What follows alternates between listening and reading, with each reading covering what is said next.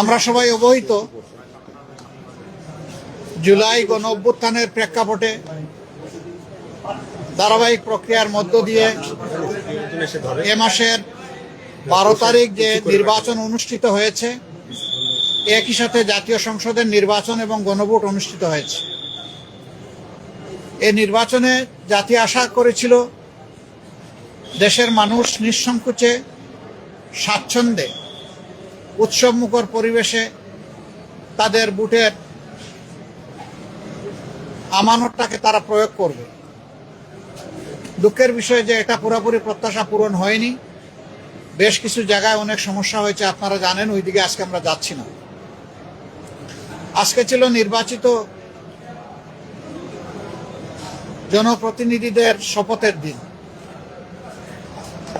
আমাদেরকে চিঠি দেওয়া হয়েছিল গতকাল গভীর রাতে, যেটা আমাদের জন্য কিছুটা অস্বস্তিদায়ক ছিল। তারপরে আমাদের নাগরিক দায়িত্ব হিসাবে দেশবাসীর প্রতি সম্মান রেখে আমরা এসেছিলাম শপথ নিতে। ইতিপূর্বে বেশিরভাগ ক্ষেত্রেই আমরা লক্ষ্য করেছি একই দিনে একই সময়ে শপথ অনুষ্ঠান অনুষ্ঠিত হতো। এবারে বোধহয় আপনারা তার ব্যতিক্রম লক্ষ্য করেছেন। সরকারি দল আমাদের আগে তারা শপথ নিয়েছেন। আমাদেরকে সংসদ সচিবালয় থেকে যে পত্র বা চিঠি দাওয়াতনামা দেওয়া হয়েছিল, সেখানে 2টি শপথের কথা উল্লেখ ছিল। বলা হয়েছিল সংসদ সদস্য হিসেবে আমরা প্রথমে শপথ নিব, একটা সাদা ফর্ম আমাদেরকে বিলি করা হবে, প্রয়োজনীয় লেখাজোখা শেষ করে আমরা সেটা জমা দেব। আরেকটা শপথ হবে জুলাই চার্টার এবং গণভোটের যে প্রজ্ঞাপন হয়েছিল তার ভিত্তিতে সেই শপথটা গণভোটের শপথ, সংস্কারের শপথ। এইখানে সংস্কার পরিষদ সদস্য হিসেবে আমরা আরেকটা শপথ নেব। আমরা হলে প্রবেশ করার পরে সংসদ সচিব আমাদেরকে জিজ্ঞেস করলেন যে স্যার, সকালবেলা সরকারি দল তারা শপথ নিয়েছেন, তারা শুধু সংসদ সদস্য হিসাবে শপথ নিয়েছে, আপনারা কি করবেন? আমরা তখন বললাম যে আমরা 2টিরই শপথ নিতে এখানে এসেছি। আমাদের তো গভীর রাতে আপনারা দাওয়াতনামা পাঠিয়েছেন, তারপরে আমাদের কোনো কনসার্ন থাকলে আগেই আমরা জানাতাম। আমরা কেন 2টা শপথ নিলাম, ওনারা কেন একটা নিলেন?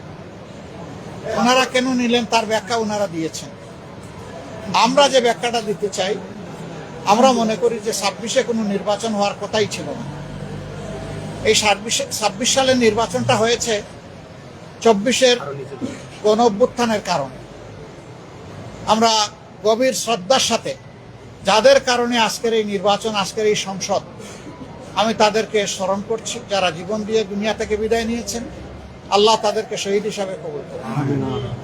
যারা লড়াই করে আহত হয়েছেন, পঙ্গু হয়েছেন, তাদের প্রতি আমাদের গভীর সমবেদনা। আল্লাহ তাআলা তাদেরকে সুস্থতার নিয়ামত দান করুন। আর নির্বিশেষে গোটা দেশবাসী ফ্যাসিবাদের বিরুদ্ধে সেদিন লড়াই করেছিল, আমরা তাদের প্রতি গভীর কৃতজ্ঞতা প্রকাশ করছি। সম্মানিত সাংবাদিক বন্ধুগণ, আমরা আজকে হয়তো শপথ নিতে ভিন্ন চিন্তা করতে পারতাম, কারণ জুলাইয়ের আকাঙ্ক্ষা এবং গণভোটের রায়, এই 2টার প্রতি সম্মান দেখানো রাজনৈতিক দল হিসাবে আমাদের পবিত্র দায়িত্ব আমরা গণ্য করেছি। আমরা গণভোটের রায়কে সম্মান করেছি, জুলাইয়ের আকাঙ্ক্ষাকে সম্মান করেছি, যারা আমাদেরকে ভোট দিয়েছেন তাদেরকে সম্মান করেছি, এবং আমরা একমত হয়েছি যে এই শপথ নেওয়া আমাদের কর্তব্য। তবে আমরা মনে করি সরকারি দল শপথ না নিয়ে তারা জুলাইকে উপেক্ষা এবং অবজ্ঞা করেছেন। এতে জন আকাঙ্ক্ষার বিপরীতে তাদের অবস্থান বলে আমরা মনে করি। সংস্কারের বিপরীতে তাদের এই অবস্থান স্পষ্ট। যদিও তারা ব্যাখ্যায় বলেছেন যে সংসদ বসে তারপরে প্রভিশন ক্রিয়েট করে এটা তারা দেখবেন, আমরা এটা দ্রুত দেখতে চাই। যদি তারা জুলাইকে সম্মান করেন, যদি সংস্কারকে তারা ধারণ করেন, যদি আজকে যিনি প্রধানমন্ত্রী শপথ নেবেন তিনি নিজেও নির্বাচনী ক্যাম্পেইনে গিয়ে বলেছেন যে আপনারা গণভোটে হা বলুন, যদি এর প্রতি তারা শ্রদ্ধাশীল হন, আমরা মনে করি তারা ওই শপথটাও নেবেন। কার কাছে শপথ নেবেন সে দাবি আমরা করব না। ওনাদের পছন্দ মতো অ্যাপ্রোপ্রিয়েট অথরিটির কাছে ওনারা নিতে পারেন, আমাদের কোনো অসুবিধা নেই। কিন্তু আমরা দেখতে চাই জুলাই সম্মানিত হয়েছে এবং জুলাই স্বীকৃত হয়েছে। জুলাইকে অসম্মান অশ্রদ্ধা করে স্বীকৃতি না দিয়ে 26-এর এই পার্লামেন্ট নিশ্চয়ই কোনো গৌরবের আসনে বসতে পারবে না।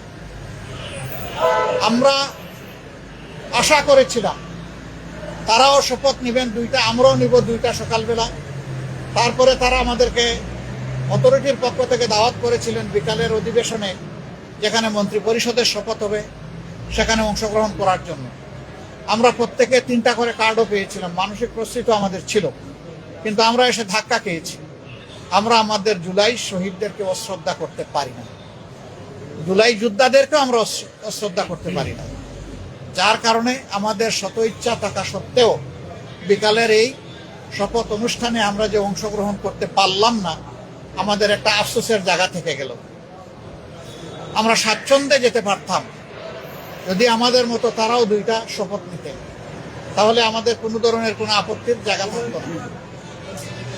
আজকে আমরা যারা শপথ নিয়েছি, আমরা নির্বাচনী প্রক্রিয়ার সময় জামাতে ইসলামীর পক্ষ থেকে বলেছিলাম যে আমাদের কেউ যদি সংসদ সদস্য নির্বাচিত হন অথবা আমরা যদি সরকার গঠন করি কেউ মন্ত্রী হন, তাহলে আমরা সরকারি প্লটের সুবিধা নেব না এবং ট্যাক্সবিহীন গাড়িতে আমরা চড়ব না। আমরা আজকে আবার পুনর্ব্যক্ত করছি, আমাদের এই সিদ্ধান্তে আমরা অবিচল এবং অটল। আমরা এটা নিব না এই সুবিধা। এছাড়া বাকি কতটুকু না নিয়ে পারা যায় সেটাও আমরা দেখব। আমরা সরকারি দল হতে পারি না, এই নিয়ে আমাদের কোনো আফসোস নাই। আমাদের আফসোসের জায়গা পরপর 3টা নির্বাচন ধ্বংস হয়ে যাওয়ার পরে জাতি বড় আশা করেছিল, যেভাবে উৎসব মুখর পরিবেশে তারা অনেকে ভোট দিয়েছেন, ঠিক তাদের ভোটের প্রতিফলনটা হবে যখন ফলাফল প্রকাশ হবে। কিন্তু সেখানে অনেক কিছু ঘটেছে, সেটা অন্য এক সময় আমরা বলবো। যার কারণে জাতির এই উৎসব ফল প্রকাশের সাথে সাথে মিলিয়ে গেছে। তারপরে আমাদের পক্ষ থেকে আমরা বলতে চাই, আমরা দেশকে ভালোবাসি। দেশ এবং জনগণের ভালোর জন্য সরকারও যদি কোনো উদ্যোগ নেয়, আমাদের সমর্থন তারা পাবে না। কিন্তু যদি আমরা দেশ এবং জনগণের স্বার্থের বিপক্ষে কিছু দেখি, তাহলে আমরা জনগণের হয়ে এই জনস্বার্থ বিরোধী কাজের বিরুদ্ধে আমরা লড়াই করব, আমরা প্রতিরোধ গড়ে তুলব ইনশাআল্লাহ। এবং সেটা জনগণের জন্য, জনগণকে সাথে নিয়ে। আমাদের এই ক্ষেত্রে নীতিমালা একেবারেই স্পষ্ট, তাওয়ানু আলাল বিররি ওয়াত তাকওয়া ওয়ালা তাওয়ানু আলাল ইসমি ওয়াল উদওয়ান। আমরা ভালো কাজের সবগুলাতে সমর্থন করব, কিন্তু যদি স্বার্থ বিঘ্নকারী কিছু হয়, আমরাই সবার আগে প্রতিবাদ এবং ক্ষেত্র বিশেষে প্রতিরোধ গড়ে তুলব ইনশাআল্লাহ। আমরা দেশকে ভালোবাসি, এদেশের মানুষকে ভালোবাসি। আমরা এই শপথ না নিলেও পারতাম, অনেক কিছু হয়েছে আমাদের সাথে, কিন্তু আমরা চাই ক্রমান্বয়ে গণতন্ত্র তার প্রাতিষ্ঠানিক রূপ পাক। এই রূপে ফিরে আসতেই হবে, এর কোনো বিকল্প নেই। এই জন্য আমরা শত কষ্ট থাকা সত্ত্বেও আমরা সংসদে অংশগ্রহণ করছি এবং ইনশাল্লাহ আপনারা দোয়া করবেন আমরা যেন দেশ জাতির পক্ষে ভূমিকা রাখতে পারি। আমাদের নীতিমালার মাঝে দেশের ভিতরে আমরা চাই প্রত্যেকটি নাগরিক যেন তার নিরাপত্তা নিশ্চিত পায়, দেখতে পায়। মানুষের অর্থনৈতিক মুক্তি যেন আসে, যুবকদের বেকারত্ব যেন দূর হয়, কর্মসংস্থান যেন তৈরি হয় এবং মর্যাদাশীল একটি দেশ হিসাবে পররাষ্ট্র নীতি যেন আমরা নিজেরটা নিজেই আমরা গড়ে তুলতে পারি। বিদেশের সকল সভ্য দেশের সাথে আমাদের আন্তরিক এবং বন্ধুত্বপূর্ণ সম্পর্ক থাকবে, পারস্পরিক শ্রদ্ধা এবং সমতার ভিত্তিতে ইনশাআল্লাহ। আমরা গভীর পরিতাপের সাথে লক্ষ্য করছি, নির্বাচনের রাত থেকে, আগে তো কিছু ছিলই, বিশেষ করে নির্বাচনের রাত থেকে বাংলাদেশের বিভিন্ন এলাকায় ব্যাপকভাবে আমরা এখন যারা বিরোধী দলে আছি তাদের পক্ষে ভোট দেওয়ার কারণে, নির্বাচনী কর্মী হিসাবে কাজ করার কারণে, সমর্থনের কারণে নারী পুরুষ নির্বিশেষে সকলের উপর ব্যাপক হামলা হচ্ছে। আমার জানা মতো সবচেয়ে বেশি হয়েছে হাতিয়ায়, কিন্তু কোনো জায়গায় এটা থেকে বাদ পড়েনি। আমরা সরকারি দলের কাছে দায়িত্বশীল আচরণ আশা করি। আমরা আহ্বান জানাবো এখনই সেটা বন্ধ হওয়া উচিত। সরকারের জন্য নয়, দলের জন্য নয়, সরকার জনগণের জন্য। এবং আমরা দেখতে চাই যে এই ব্যাপারে দৃশ্যমান পদক্ষেপ তারা নিয়েছেন, এই অবনতিশীল পরিস্থিতির উন্নতি হয়েছে। তারা যদি কোনো ইতিবাচক উদ্যোগ নেন, আমাদের অকুণ্ঠ সমর্থন এবং সহযোগিতা পাবেন। কিন্তু আমরা বলবো যে যদি এই ধরনের কাজ অব্যাহত থাকে, আমরা জনগণের পাশে দাঁড়াবো, একেবারেই ফার্ম হয়ে দাঁড়াবো। এখানে আমরা কোনো কম্প্রোমাইজ করব না, কারণ আমরা দীর্ঘ রাস্তা স্বৈরাচারের বিরুদ্ধে লড়াই করে এই জায়গায় এসেছি। বিশেষ করে আমাদের যুব সমাজ, তারা যে ঐতিহাসিক ভূমিকা পালন করেছে, সেই যুব সমাজ এখনো বাংলাদেশে আছে। আমরা সেই যুব সমাজের প্রত্যাশা পূরণে অঙ্গীকারবদ্ধ। তারা যে সমতা এবং বৈষম্যহীন ন্যায় বিচার ভিত্তিক সমাজ চেয়েছিল, সেই সমাজ গঠনে আমরা কারো সাথে কোনোভাবেই আপোষ করব না। এ সমাজ গঠন করতেই হবে। যতক্ষণ পর্যন্ত এই লক্ষ্য অর্জিত না হবে, আমাদের লড়াই ততক্ষণ পর্যন্ত চলবে সংসদে, চলবে রাজপথে এবং চলবে প্রয়োজনে আইনি ময়দানে। সব জায়গায় আমরা লড়াই অব্যাহত রাখবো ইনশাআল্লাহ। আপনারা দোয়া করবেন, পাশে থাকবেন। আমরা সবাই মিলে দেশবাসীর বুকে ধারণ করে সামনে এগিয়ে যাব। আমাদের কাছে দল বড় নয়, ব্যক্তিও বড় নয়। আমরা আমাদের বিদেশি বন্ধুদেরকে অনুরোধ করব, আমাদের দেশের সাথে, দেশের মানুষের সাথে আপনারা সম্পর্ক বৃদ্ধি করবেন। এখানে আপনারা যদি বিনিয়োগ করেন, আমাদের যুবকরা কর্মসংস্থানের সুযোগ পেয়ে যাবে। আমরা এটাকে ওয়েলকাম করব বিরোধী দল হিসাবে। আমরা চাই আমাদের দেশ এগিয়ে যাক। আমরা চাই না দেশ কোনো আর অন্ধকার করতে, চূড়াবালিতে হামাগুড়ি খাক, এটা আমরা চাই না। আপনাদের সবাইকে ধন্যবাদ। কেন এই প্রশ্ন করছেন কেন? এটা আমি ক্লিয়ার করেছি।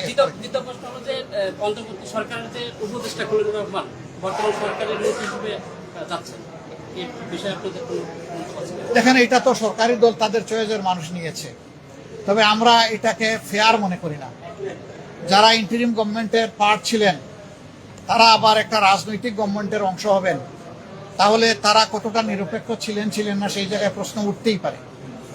আমরা এটাকে খুব বেশি আমরা ফেয়ার মনে করি না। জনাব নাহিদ ইসলাম, আপনি যদি একটু বলেন যে এই সরকারি দলের সংবিধান সংস্কার পরিষদের শপথ না নেওয়া, এটা কিভাবে আপনি দেখছেন? আসসালামু আলাইকুম। আমরা মনে করি যে আজকে সরকারি দল হিসেবে তারা যে সংবিধান সংস্কার পরিষদের শপথ নিল না, এটা গণভোটের যে গণরায় এসেছে হ্যাঁ পক্ষে, সংস্কারের পক্ষে, সেই রায়কে বৃদ্ধাঙ্গুলি দেখানো হয়েছে এবং প্রতিশ্রুতি ভঙ্গ করা হয়েছে। সরকার গঠনের প্রথম দিনই যারা প্রতিশ্রুতি ভঙ্গ করলো, তাদের কাছ থেকে এই দেশ জাতি বা আমরা কি আশা করব, সেটা সবার মনেই প্রশ্ন তৈরি হয়েছে। এবং এটা শুধু রাজনৈতিক প্রতিশ্রুতি ভঙ্গ নয়, এটা কিন্তু আইনি সংকট এবং জটিলতা তৈরি করেছে।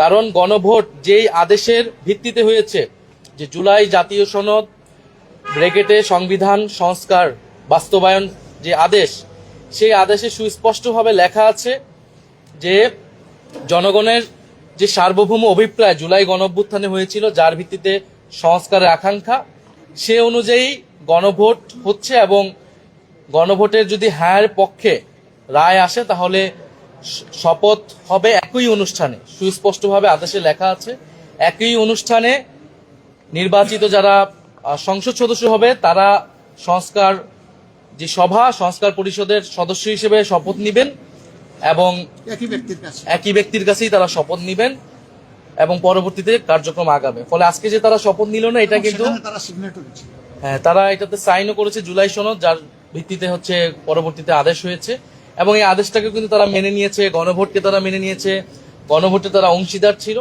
ফলে যেই ব্যাখ্যা তারা দিচ্ছে, এই ব্যাখ্যাটি একেবারেই গ্রহণযোগ্য নয়। কারণ গণভোট বলতেছে সংবিধানে নাই, গণভোট জিনিসটাই সংবিধানে ছিল না। গণভোটের বৈধতা হচ্ছে সেই আদেশ। ফলে সেই আদেশ সবাই মেনেই আমরা এই নির্বাচনে এবং গণভোটে অংশ নিয়েছি। ফলে এখানে একটা আইনি এবং সাংবিধানিক সংকটও তৈরি হলো। আমরা জানি না এটা কিভাবে, এর মধ্যে শপথ পাঠ করে এই সংকটে